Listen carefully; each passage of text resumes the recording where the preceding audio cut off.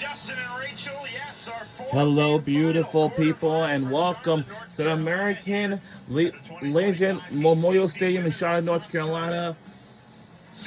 And the winner of this game head on to the semifinals this Friday to take on Boston College. Welcome to the 2025 ACC tournament quarterfinal of this women's lacrosse game. Firing the Tigers to their first ever ACC semifinal. And in the last game, Rachel Clark leading the way as Boston College took care of Virginia 17-7. So 3 lopsided score lines. So the winner of this game once again will take on Boston College this Friday. Will it be Stanford or Syracuse? And welcome. This is it, the last quarterfinal game of the night, of the day, and yeah. All indications would say that this is going to be a close game, double overtime in the regular season. And a really evenly matched game in that regular season meeting up at Syracuse in the Dome. Syracuse went up early 4-1 at the end of the first quarter, but Stanford battled back and had a monster second quarter where they scored 7 goals. It was back and forth in the third and fourth quarter as well. But at the end of the game, in crunch time, it was Emma Ward dishing it off to Melina Cotter for the game winner. Ward, the lone veteran on a young Syracuse team. She's got that postseason experience. Yeah, she is the quarterback of this offense. Leads Syracuse in points. Is really more of an assister, but she can generate her own shot as well. Can operate from behind the cage with power from up top. She's one to be feared, but she's got to distribute the ball to the offense to get the Orange rolling today. And for Stanford, when you take a look at this Cardinal team, to match the offensive firepower, Aaliyah Poliski leads the way. The lefty slinger on the offense for Stanford. She's the reigning Pac-12 freshman of the year. She's from Tennessee, a non-traditional hotbed for the sport of lacrosse, but she likes to operate on the left-handed side of the field to get her dominant hand free, and when she has time and space, she will absolutely let it fly. She was held scoreless in the regular season matchup between these two teams, so look to her to get touches early on in this matchup. Poliski at Stanford competing in the ACC for the first time this season. A remarkable 7-2 ACC record during the regular season, Dana. Certainly a welcomed addition as well, Jay. And they asserted their dominance in ACC play early on in February when they defeated Virginia 13-7. Then they went on 7-2 in ACC play, the only 2 losses in the conference coming to Syracuse and Boston College, earning them the 3 seed in their first ever appearance in the ACC tournament. Speaking with head coach Danielle Spencer for the Cardinal, they said they're much more prepared this time around offensively. They felt like they got rattled the first meeting with Syracuse to face the different defenses that they go in and out of. This should be a good game as they get a second crack at the Orange. And Stanford, one of those 5 teams we've mentioned throughout the day that the selection committee for the NCAA tournament put in their preliminary top 10. So Stanford joining the ACC and showing they belong during the regular season. Can it continue into postseason play? All right. It's a perennial power in the ACC. Here we go. We're on the way. And we're used to seeing Syracuse, Boston College. And now, the winner of this game will take on Boston College this Friday. The newcomer to the conference earn a victory and improve on what has already been a fantastic season. They've got a great resume too under Danielle Spencer.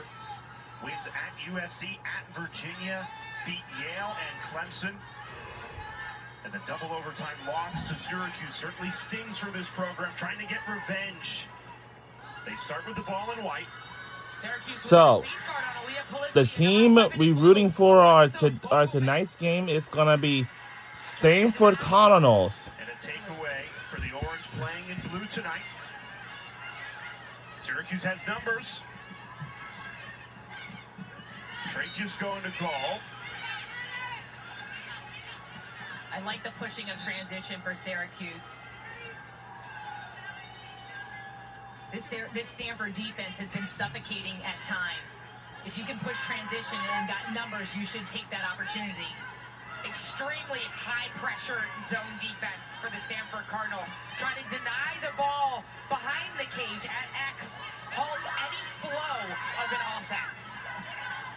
Syracuse with a very young team offensively in particular. They played big minutes throughout this season, grown and evolved. Kayla Trainer feels like you'll wipe the slate clean when you get to postseason play. Reminded us the last time they won the ACC tournament back in 2015. She was a player on that team. They were the 7th seed in that tournament, so anything can happen. Here's Muchnick, dispossessed on the free position. That's great defense by Stanford, collapsing on the 8-meter. So let's take a look at records. Our record is really good. 13-4, 7-2. Syracuse got 9-7, 5-4. Good protection. Well, Olivia Rose, that tall lefty presence for that zone defense. She's second in the ACC in ground balls per game. So great in transition as well.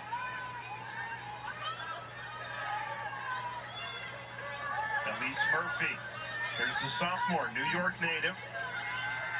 A lot of East Coast players making up this Stanford roster, where they've been traveling throughout the season back to the East Coast and played well on the road this season. Good. whoa! We scored first! Scores! Stanford, who finds the back of the net first. Great take by the sophomore. And the score was made by Lindsay DeVere, jersey number 9. Let's see that again or something. Yup. And then the pass goes into Dever, and just with a change of direction, Yep, scores. the 2 defenders. You see the Syracuse defense splitting and rotating, but love the change of direction from Dever. Gets the center of the field and the finish. Great pass by Amanda Lawson. And you're seeing this Stanford offense operate in pairs on the elbows. They love to run pick plays, 2-player game options on the elbows. That spacing set up the goal there, but they're playing against some man-to-man defense for Syracuse, so they'll run a heavy pick game.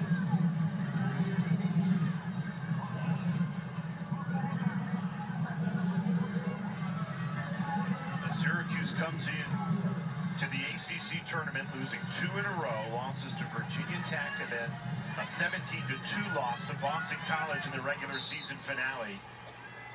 How do you try and get confidence when you come in not playing your best to what's going to be a difficult matchup and tournament this week? I think it's just a total reset. You understand that you go into your conference tournament, it's season number 2, and you just have to hit the reset button. Take what you can from the losses, but it's just a chance to just enjoy and look for the fun. This is the postseason, and just find those little moments and try to play your best across. This is when you want to start peaking.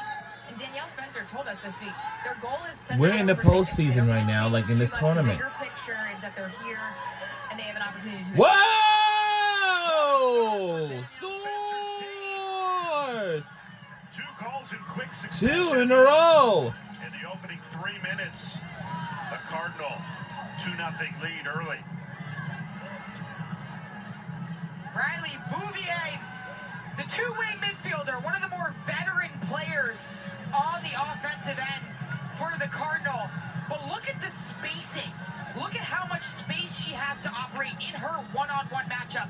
The slide is so delayed because she has so much time and room to execute in her 1v1 battle. And how about a sidearm rip on the run by the midfielder? Changing the levels, adding a little bit of deception, and head coach Danielle Spencer loves it. 2 goals in just 39 seconds for Danielle Spencer's Stanford team. Kayla Trainer at Syracuse after that lopsided loss to Boston College. It just feels like their defense could use some confidence. A couple of stops early in this game. You just can't let Stanford separate early in this first quarter.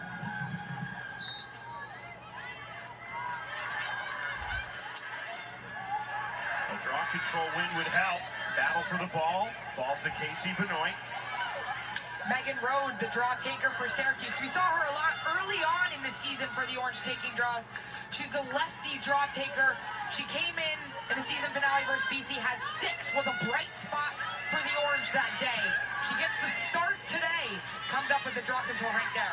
Head coach Kayla Trainer for Syracuse really giving Rode a lot of praise. And that's an aspect that can be so crucial in terms of a team's success. Alexa Fogelman.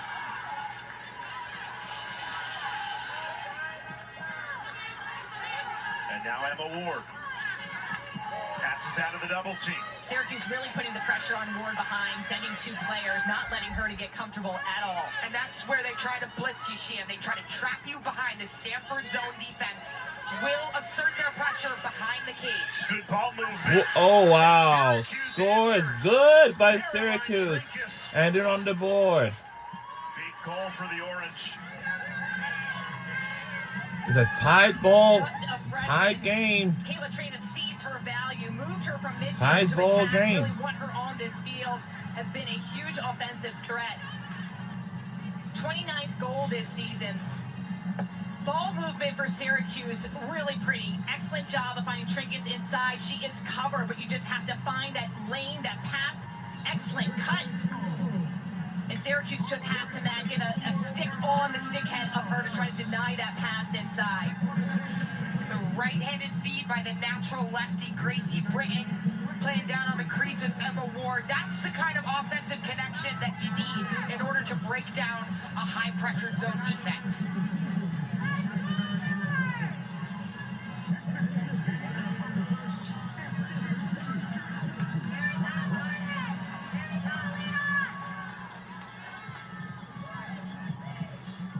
Stanford and Syracuse battling for our fourth and final spot in the ACC semifinals. Looking to join North Carolina, Clemson, and Boston College, who advanced earlier today.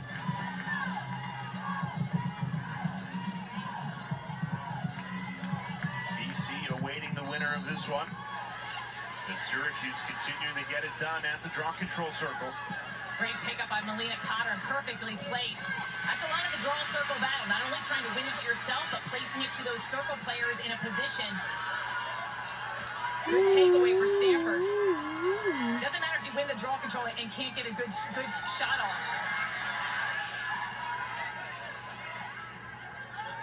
That's the identity of this Stanford Cardinals defense, the swarming pressure in the defensive transition and in the settled set for their defense. Stanford having a hard time getting across midfield.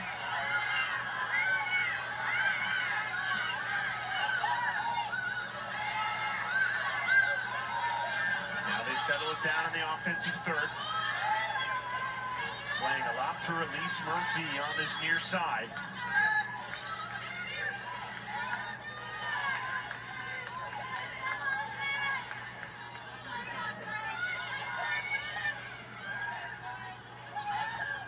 Good to see number 13 in white, Jordan Case, in the lineup.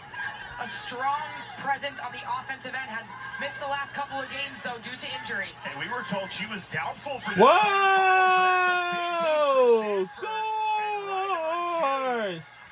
Ava Arceri. We're taking a 2-point lead. New York. She'll make you pay. Arceri had 3 goals in the regular season meeting against Syracuse.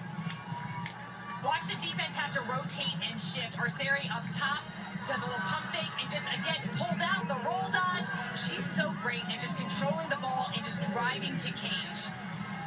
Such a tall presence, too. She can handle the physicality, but at 5'11", she can release the ball from a different trajectory, and she's showing her two-handedness there. She's got a big stick. She's got great handle, very athletic off the dodge. And she was one of the main dodging threats the first time these teams faced off, being that Aaliyah Poliski was shut off and denied in that face guard. Because she was able to switch to her left hand, she's able to score. If she had kept that in her right hand, and she would have gotten her stick checked. 3 goals on 3 shots for Stanford, competing their first ever ACC Women's Lacrosse Tournament. They had to wait to the 4th and final quarterfinal. What a start, though.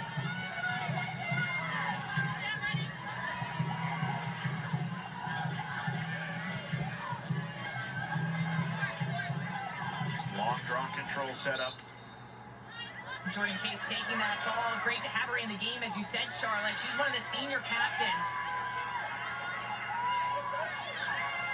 And her hometown, Charlotte, North Carolina. Yeah, she returns home, so good to see her, that she is able to play in this matchup, but she impacts more than just the offense. She's third on the team in draw controls.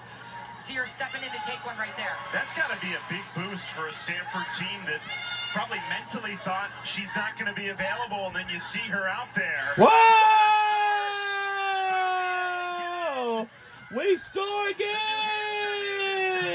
Another, and Stanford can't stop scoring in this first quarter. We're in the lead by 3. Break all the way through X, get it to the playmaker. Aaliyah Poliski drives, draws the eyes of the defense, and Riley Bouvier cutting downhill. It's the lefty goal scorer who drops a dime to the two-way midfielder. This Cardinals offense has come out firing. We'll be right back. Don't go anywhere.